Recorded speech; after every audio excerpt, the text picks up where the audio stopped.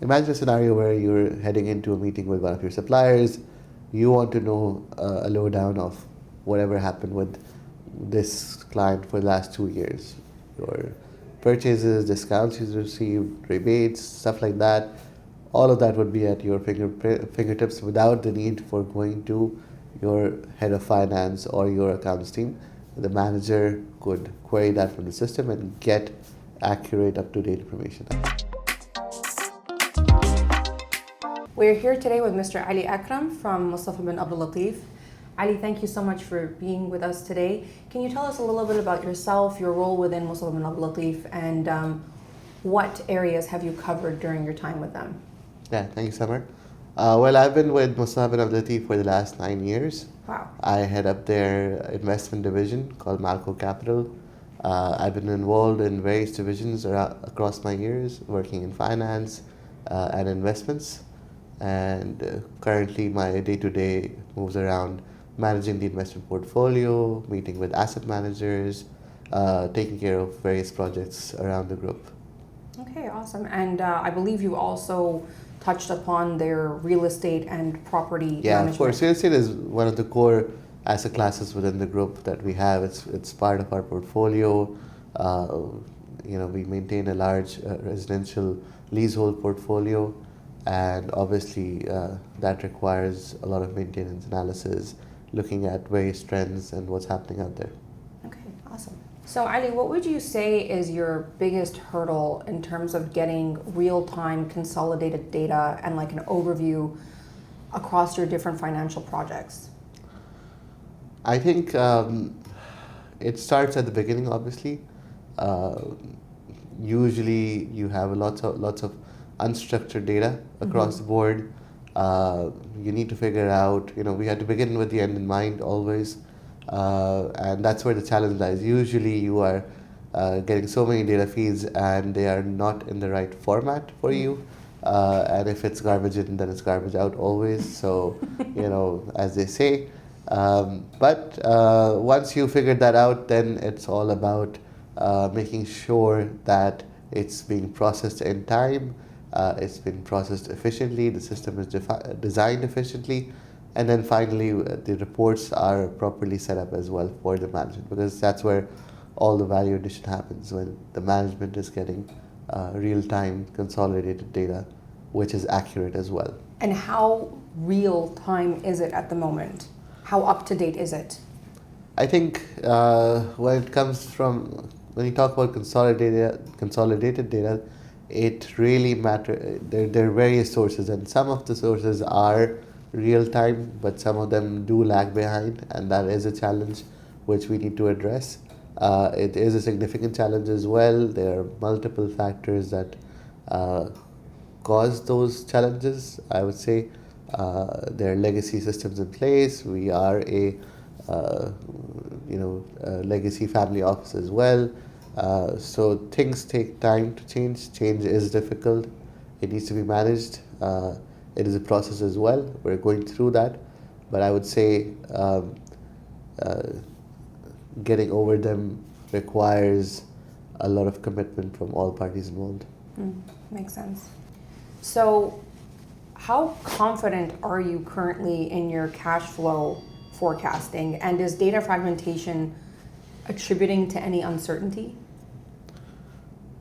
I think the confidence level is there, but that said, there are always challenges as well, and processes could always be improved to improve the reliability, accuracy, and I would say to make them more forecastable in a more tighter manner. I think the tightening could definitely be in place.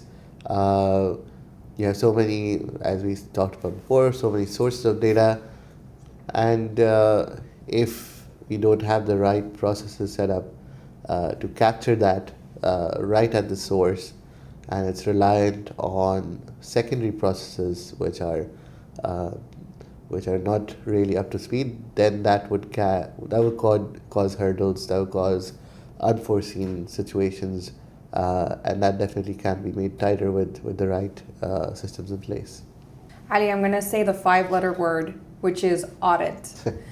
How audit ready is your team in terms of being IFRS compliant? Um, our accounts and our structures are set up to be compliant with audit. I think the processes are there to make sure that we are compliant with our IFRS reporting requirements, and obviously audits need to happen in an efficient manner as well. Where I see room for improvement would be, automation coming in to assist with the quarterly closing, with annual closings. You need to have the right checklists in place as soon, and the accounts department could be, driven towards those closings in a much more efficient manner with the right processes and systems in place. And automation, as you said. Yeah. Yeah. And automation. So actually, you touched upon my next question, which is, if you could, at the snap of your fingers, automate one task for you and the finance team that would help alleviate some of the, maybe let's say, mundane tasks, what would it be? Quite a few, actually. I think in today's day and age, we need to increase the adoption of automation. There needs to be a rethink as well of what is possible to automate, especially with the current environment that we're living in. Definitely the closing processes we touched on before, a lot of that could be automated. There could be non-financial elements as well that are value additions, such as reporting and certain CRM functions as well, clients reminders for payments, stuff like that could be automated. I guess work management could be linked with accounting, and teams could be made more efficient in that manner. So looking ahead into the future, what do you think AI would play as a role? If you could have like an AI assistant to look into your financial forecasting, how would that affect how your team currently operates? Yeah, I mean, AI is changing everything. It's coming more and more into our day-to-day lives. I think it will be very transformational when it comes to accounting and reporting as well. It's quite linked to your previous question of automation as well. So many of the routine processes could be made automated through the adoption of AI. I think it's not just AI, the things that go along, the ability for the computer to read documents in natural language and understand and infer from that. That is a very strong ability that these AI systems have right now.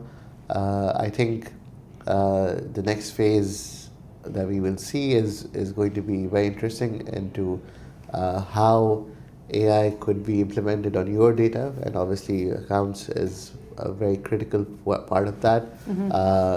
And having conversibility with an AI agent to query things,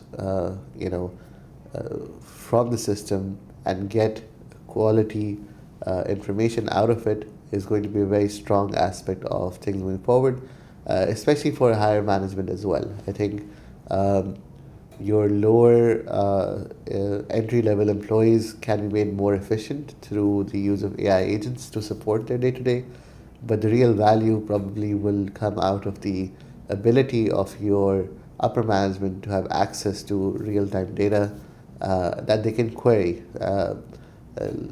Imagine a scenario where you're heading into a meeting with one of your suppliers. You want to know a lowdown of whatever happened with this client for the last 2 years. Your purchases, discounts you received, rebates, stuff like that. All of that would be at your fingertips without the need for going to your head of finance or your accounts team. The manager could query that from the system and get accurate, up-to-date information. I think that will be very transformational. Awesome. Well, that's actually what Microsoft Copilot does. And that's definitely worth having a conversation together. Yeah. Thank you so much, Ali, for your time today, and we wish you the best of luck with Musaf bin Abdul Latif. I know it's a fourth generational family office here in Dubai, and we wish you another 100 years, inshallah. Thank you so much for your time today. Thank you. Appreciate your time as well. Thanks. Thank you.